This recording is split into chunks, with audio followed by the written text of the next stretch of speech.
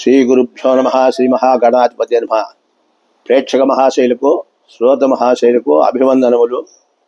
ఈ ఎపిసోడ్ నందు మనము కన్యా రాశి వాళ్లకు జూలై నెలలో ఆషాఢ మాసంలో ఎలాంటి పరిస్థితులు ఉంటాయి, ఎలాంటి ఫలితాలు జరుగుతాయి అనేటువంటి విషయాన్ని గురించి మనము తెలుసుకుందాము.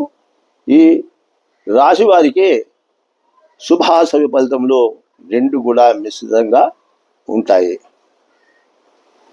పనుల ఒత్తిడి వీళ్ళకు ఎక్కువగా ఉంటుందన్నమాట.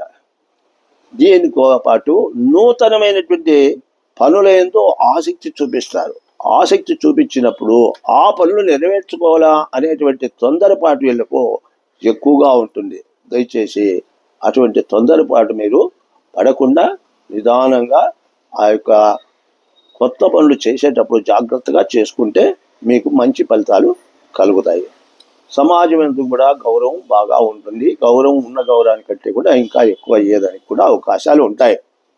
వీళ్ళకు ఈ నెలలో ప్రయాణాల ఖర్చు, ప్రయాణాలు ఎక్కువగా ఉండేటువంటి అవకాశాలు కూడా ఉన్నాయి.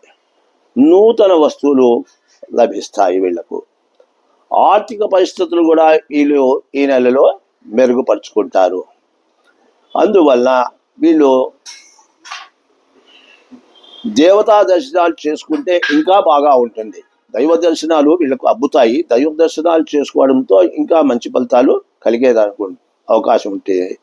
ఆరోగ్యం కూడా వీళ్ళకు చాలా బాగానే ఉంటుంది. కుటుంబంలో కూడా మంచి ఫలితాలు ఉంటాయి. కుటుంబ పరిస్థితులు కూడా మెరుగుపడి కుటుంబ సమస్యలు కూడా తీర్చుకునేదానికి కూడా ఈ నెలలో ఎంతో అనుకూలంగా ఉంటుంది. కాబట్టి మొత్తం మీద ఈ కన్యా రాశి వాళ్లకు ఈ నెలలో మంచి ఫలితాలే కలగబోతున్నాయి.